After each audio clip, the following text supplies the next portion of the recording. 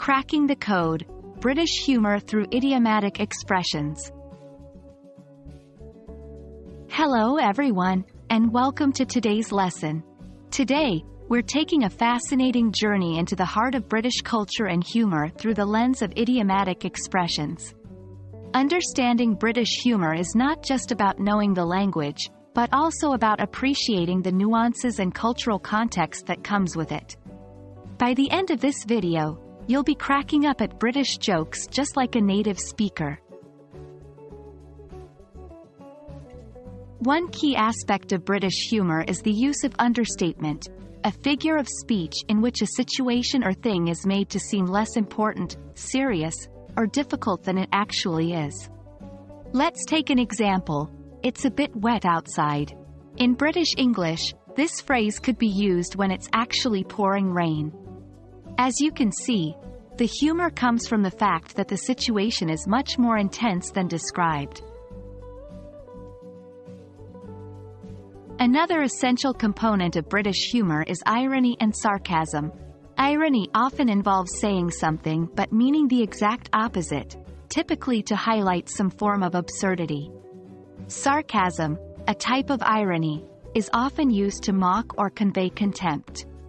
For instance, you might hear a Brit say, "Oh, brilliant," when something has actually gone terribly wrong. Remember, the key to understanding British irony and sarcasm is to not always take things at face value. British people often use self-deprecation, a form of humor in which individuals belittle themselves or their achievements. It's a way of being modest and making other people feel at ease.